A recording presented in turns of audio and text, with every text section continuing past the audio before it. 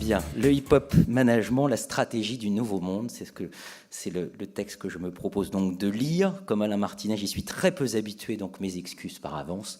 Si de temps en temps je pars dans une crevasse en ski, si je ne garde pas l'équilibre. Les temps changent. C'était par cette formule que MC Solar, qui était évidemment le plus en vue des rappeurs français à la fin du siècle dernier, autant vous dire il y a une éternité, c'était par cette formule qu'il débutait son morceau « Les temps changent ». Il était alors à son sommet. Et déjà, au début des années 60, Laurent Fébis me faisait remarquer que Bob Dylan faisait un tube dans le protest song anti-système avec « The times they are changing ». Les temps changent.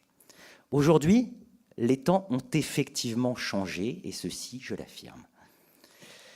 Et de ceci, il n'est pas certain que ni les dirigeants et managers formés au siècle dernier, ni les cabinets de conseil, ni même peut-être la recherche académique n'en aient toujours pris pleinement conscience.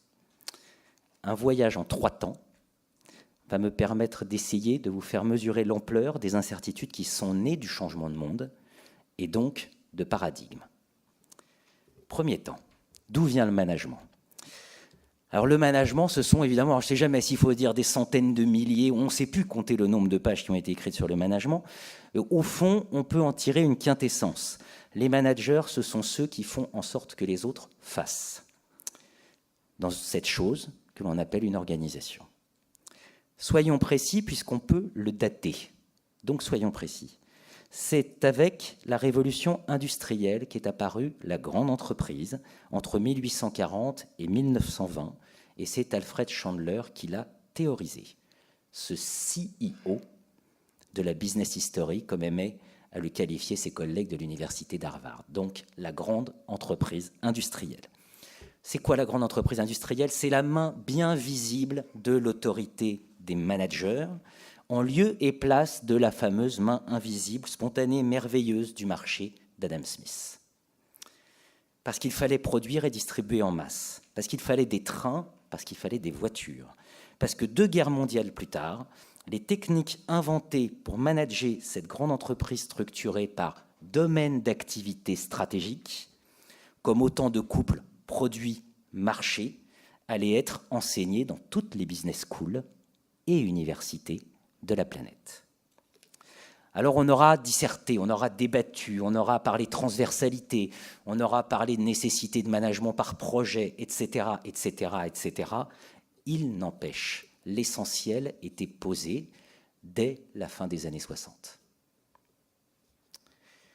Une période, à nouveau, me faisait remarquer Laurent Fébis, où les méchants Rolling Stones, eux, avaient déjà pris la relève du gentil Bob Dylan en haut des hit-parades avec un morceau « Street Fighting Men », puisque dans la rue, ça se vendait encore mieux déjà.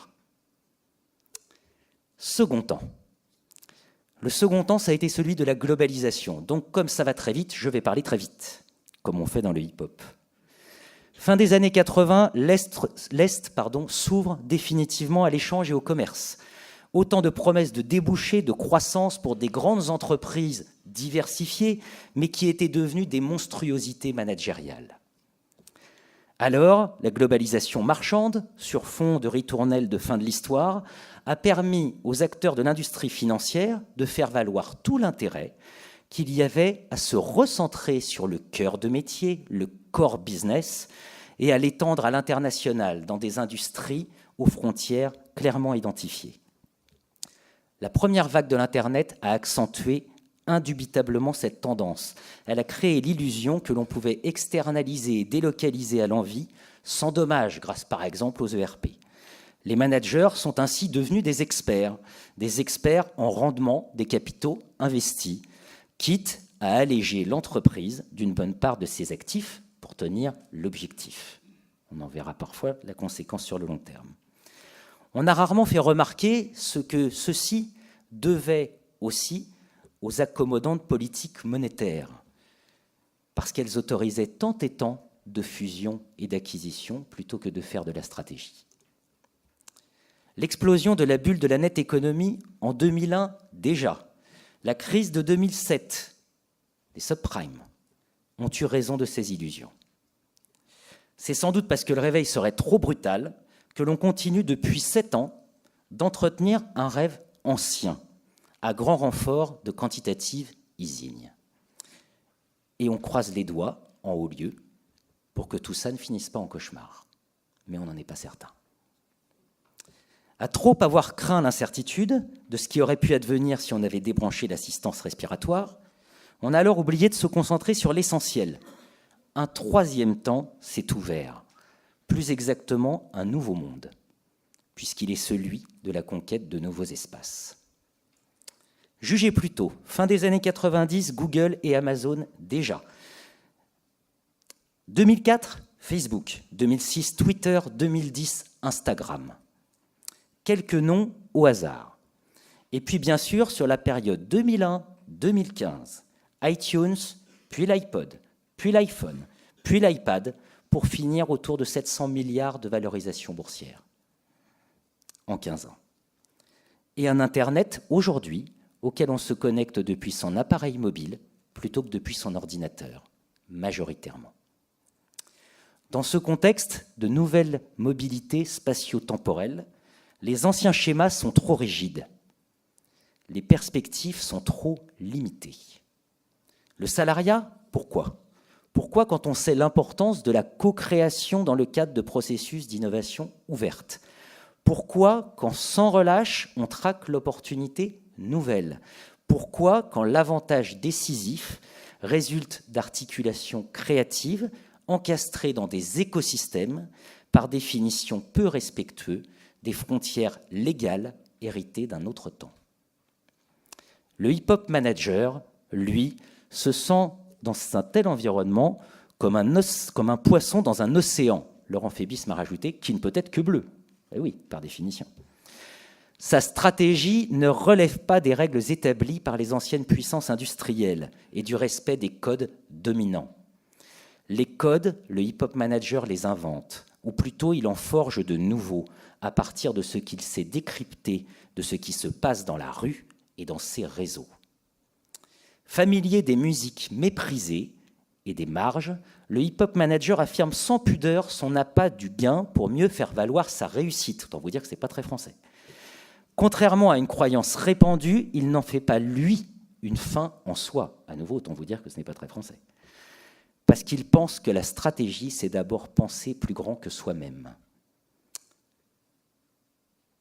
Tiens, cette formule, penser plus grand que soi-même, on la doit à un auteur, une parenthèse, Michael Jensen, qui a fait une véritable révolution mentale. C'était le plus grand idole de la maximisation de valeur pour l'actionnaire.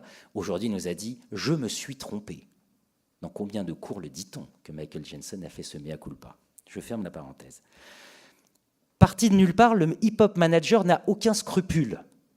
Dans le monde hyper connecté de l'Internet mobile et des réseaux sociaux, ça ne dort jamais. C'est comme à New York. Il est donc aisé de passer d'une rue à l'autre, à n'importe quel moment. C'est pourquoi chaque reconnaissance conquise dans un monde est d'abord vue comme le moyen d'en investir de nouveau.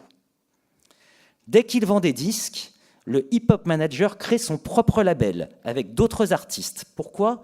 Pour inverser le bargain power vis-à-vis des maisons de disques. C'est ce que fera le rappeur Jay-Z avec Rockefeller Records ou Dr. Dre avec Aftermath. Ou en France, Booba avec Talak Records. Le hip-hop manager vend aussi des vêtements sous sa propre marque, tel Jay-Z avec sa ligne de vêtements Rocawear, ou Booba avec une cut. Ou des casques, comme Dr. Dre avec Beats by Dre, racheté 3 milliards par Apple. Et comme il a eu largement le temps d'apprendre la logique du calcul, qui régnait en maître dans l'ancien temps où il était privé de tout, le hip-hop manager a l'obsession du contrat pour faire valoir ses droits. Le hip-hop manager a retenu une autre leçon de la rue, le poids des normes sociales. Il est donc passé maître dans le maniement des frustrations et il sait comme personne se jouer des désirs et des rivalités mimétiques. C'est pour ça qu'il a une chaîne en or autour du cou. Il se plaît aussi à choquer en affichant sa richesse, puisqu'elle est d'abord sa revanche. La maille du raisonnement stratégique chez lui, c'est l'organisation, c'est l'équipe, c'est la bande. Pas l'homo economicus, parce qu'il sait que la loyauté envers les siens, envers son équipe, c'est le premier facteur, non pas clé de succès, mais clé de survie sur la longue durée. Enfin, le hip-hop manager connaît la valeur de l'exemplarité. Quel gros mot. Jay-Z, un gamin parti de nulle part, de Brooklyn, des pires ghettos. Aujourd'hui, nouvelle icône du rêve américain selon Michael Bloomberg. Le président Obama ne s'y est d'ailleurs pas trompé. Je cite, « Jay-Z et moi avons beaucoup en commun. Quand nous étions jeunes, personne n'aurait imaginé que nous pourrions être là où nous sommes. Nous avons aujourd'hui tous les deux des dollars. Et tous les deux, nous sommes mariés à des femmes plus célèbres que nous. » Ces propos, c'était à l'occasion de la campagne présidentielle américaine de 2012, la veille de la réélection du président Obama, une réélection triomphale. Je vous remercie de votre attention.